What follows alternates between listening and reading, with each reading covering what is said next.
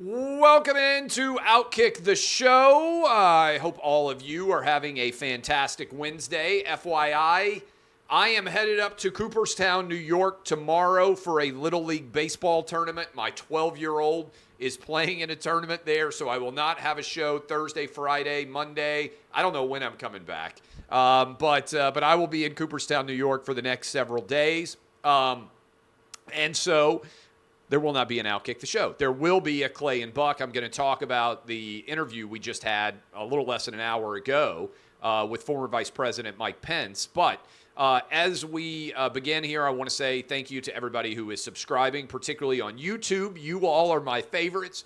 And so if you are out there right now in the YouTube universe, click like or subscribe. And if you do so, then I hope we will continue to entertain you as we are now over 1 million subscribers. I don't know how high we can go. Maybe we can get 2 million now. I think we're coming up on 1.1 million. So I guess 2 million is the new target. All right, so this will be the last show of the week, but I wanted to let you guys all know that. Okay, some of you may have heard the Mike Pence interview that we just had on Clay and Buck. If you did not, I have tweeted it out, and I would encourage our team when they clip this to include the questions that were a part of the discussion that I'm about to have. But essentially, you guys have heard me talk about it on this show and on Clay and Buck. I believe as a matter of principle, this is as a matter of principle, regardless of what you think about Donald Trump, if you are running for president of the United States as a Republican candidate in 2024, I think you need to pledge to pardon Donald Trump in the event that he is convicted. Now, that goes whether you are Ron DeSantis, whether you are Chris Christie, whether you are Mike Pence, Vivek Ramaswamy, Nikki Haley, or Tim Scott. This is something that I said on the radio a while back. You may have heard me question Ron DeSantis about it the day after Ron DeSantis announced that he was running for president over a month ago. And I don't think it should be a great surprise. We had Nikki Haley on yesterday. Ask her the question. And by the way, you don't have to agree with me, okay? A lot of you out there watching right now, listening right now, you may be saying, I hate Donald Trump. I think he should go to prison. I think they should convict him, lock him in prison, throw away the key. I wouldn't pee on him. There's no way on earth that I would ever pardon him, okay? That's your right. I disagree with you. I think charging a former president who is the leading candidate to be president again in 2024 for the first time in the 240-plus year history of the United States, frankly, I think that is an awful precedent to set. And I think it's important to stand on principle over politics and say, I'm not going to allow this precedent to become a reality. I'm not running for president, but if I were, I would come out and say quite succinctly, as I have, I would pardon Donald Trump after I take the oath of office in January of 2025. I'm not going to allow him to go to prison. By the way, I've said the same thing of Joe Biden. If I were advising Joe Biden, I would advise Joe Biden to pardon Donald Trump because I think the precedent for the nation is so awful that we are making very poor choice if we try to put Donald Trump in prison. Okay, right? So I asked Mike Pence that. And Mike Pence effectively dodged the question. And then I pressed him on it, and it got a little bit heated. And we read an email. Buck Sexton kind of came in and refereed it and pulled me out of the line of questioning. And look, I think Mike Pence's presidential campaign is over. I do. I think it was an awful answer. I think Mike Pence could have come out and said, as a matter of principle, I made the right decision on January 6th. If Donald Trump is convicted, I think he should have to serve time in prison. I'm standing on principle. I would disagree with him on that position on Trump, but I would respect the fact that he gave an honest answer. And as I said, I would stand on principle and refuse to allow a president and a former president, as well as a current presidential contender, to be taken out by the chief political opposition for what I believe are primarily political-related charges, right? I've said pretty clearly, I think the charges are politically based. I also don't think that Trump handled them as well as he could. You can believe both those things, right? But you need to stand on principle. When you dodge giving an answer to that question, To me, it's a no. And also, you're undermining the very basis of your entire candidacy. I think Mike Pence ended his candidacy, in my opinion, in the interview that he just gave on Clay and Buck. Because his candidacy is, I will stand on principle no matter what. I did. I'm talking as if I was Mike Pence. I did what was right on January 6th, and I'll do what's right as it pertains to the Trump pardon. But you have to have an answer. You can't fake it. And frankly, one of the things I always think of when I am doing a radio show is I feel fortunate because I get to meet and I get to interview presidential candidates all over the country, right? And that's an incredible privilege. But so is running for office. And you should be prepared to answer questions and tell voters where you stand on issues. And when politicians dodge and try to avoid taking stances, I think it's the job of people in my position to ask them questions when I think they are dodging and to press them on it. Because the audience can tell. When you're getting a non-answer, if I'm driving around in my car, I'm listening on a podcast, I get frustrated when questions aren't answered. So I think it's the job of hosts to press and try to get answers and information from candidates. And I think, again, the underlying premise of the entire Pence campaign is I will stand on principle. And when you refuse then to stand on principle, I think it's a big story. And I think it deserves to be discussed. And I think Mike Pence has put himself in a position now where he's alienated himself from everybody. Because whatever base there is that believes in the Republican Party that Donald Trump should suffer consequences for his behavior is relatively small, but Pence didn't give them the answer that they wanted. And the base of the party that disagrees and believes that you should stand on principle and that Donald Trump did nothing wrong and that he doesn't deserve to be put in prison, that entire group as well, I just think Mike Pence should have been prepared for this question, and I think he should have answered it better. And I think it was disrespectful of the audience that he tried to dodge it. And so I held his feet to the fire on it. And I think that's what the job is. When you ask a question, you don't get the answer, I'm not going to just allow a politician to dodge it. And so you can go listen to that audio yourself. When we clip this part of the show, you can listen to it. I think it's going to echo and reverberate through a lot of political circles as he didn't answer that question. So that was today. Everybody has an open forum on the Clay and Buck show. We had Robert F. Kennedy Jr. on. Heck, we'd have Gavin Newsom on. We would invite Joe Biden on the show, right? Democrat, Republican, if you're running for president of the United States. I think you should have to answer tough questions. But I also think you should have the opportunity to avail yourself of our audience, which is pretty massive. And if you don't answer questions, I think you should get called out on it. That's what I did today. Some people may disagree, right? It's a great thing. I always say the First Amendment's alive and well on our radio program, and that is not going to change anytime in the near future. So that is the latest. You may hear about that story blowing up. Several other different stories that are out there. Bud Light has now been passed by Modelo. I never would have guessed, if you had asked me, I would have guessed 100% Bud Light was the most popular beer in America if you had asked me, a few months ago before they decided to go woke and lit their brand on fire. I would have 100% said Bud Light's number one. I never would have guessed that Modelo is the second most popular beer in America. Never would have remotely guessed it. It is now the most popular beer in America. Bud Light has lost its 22-year reign as the most popular beer in America, and Modelo is now the most popular, and Coors Light and Miller Lite are also increasing as Bud Light has tanked. We can put up a tweet in the short clip version of this where you will see Wall Street Journal reporting it. Modelo now the most popular beer in America. And to me, this is going to be studied, the Bud Light implosion, in marketing programs for the next few generations, because the Bud Light brand lit itself on fire. And what's wild is all they have to say is we were wrong. All they have to do is come out and say, you know what? We got it wrong.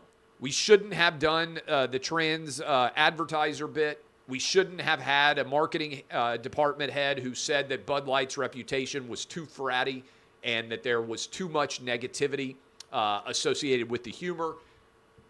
And they would have been number one as a beer for years and years to come, and certainly they wouldn't have seen their brand tank. I'll say it again. I'll continue to give them advice. Bud Light, hire me as your marketing head. I've got like 80 jobs, all right? I can add an 81st.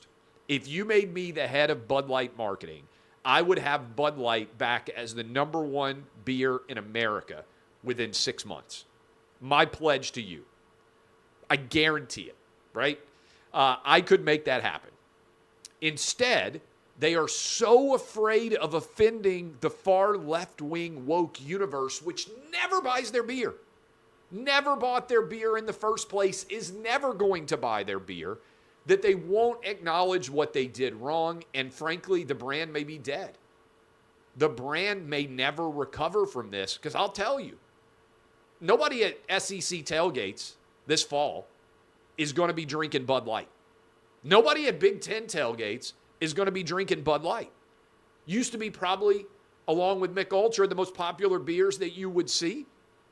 Now, when you see a guy drinking a Bud Light, you make fun of him. They have so destroyed their brand that if you see a dude drinking a Bud Light, one guy's going to say to another, oh, you're a Bud Light kind of guy, right? Making fun of you. And the Bud Light brand is so destroyed that it's only going to get worse from here. Now, maybe I'm wrong. Maybe the trans gay community loves light beer. It's a joke. They certainly are not the primary consumers of Bud Light, right? The Bud Light brand has lit itself on fire unless they hire somebody like me to recreate their brand value. They're done for.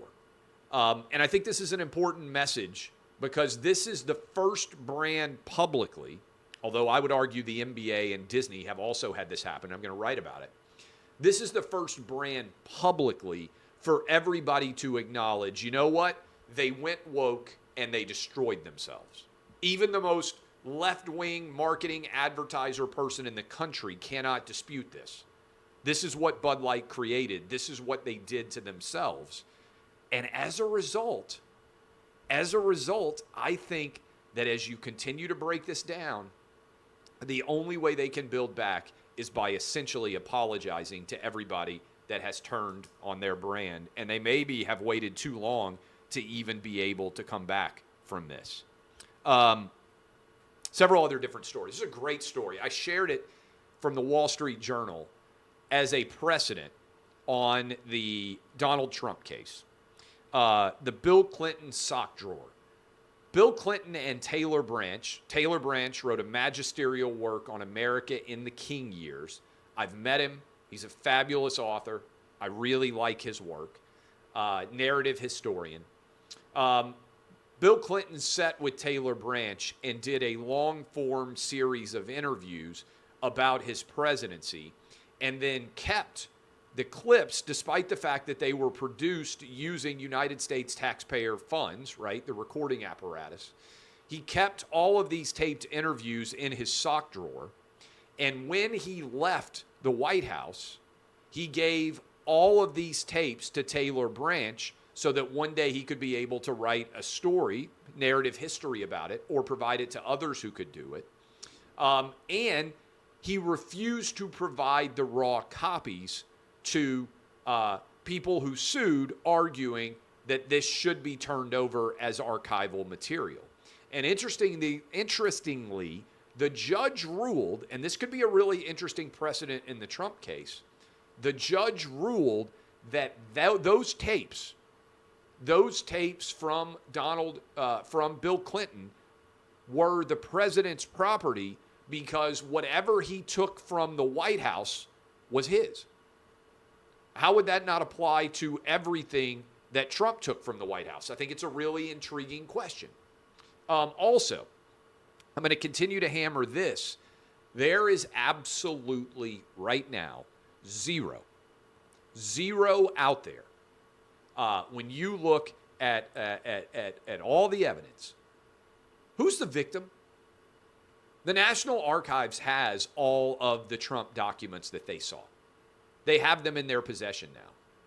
Isn't this basically a process-based victimless crime that they're trying to charge Trump with? Like, who actually is a victim here? There's no suggestion that anything occurred that was a criminal nature in terms of sharing these documents with enemies. Now the documents are back in the possession of the National Archives.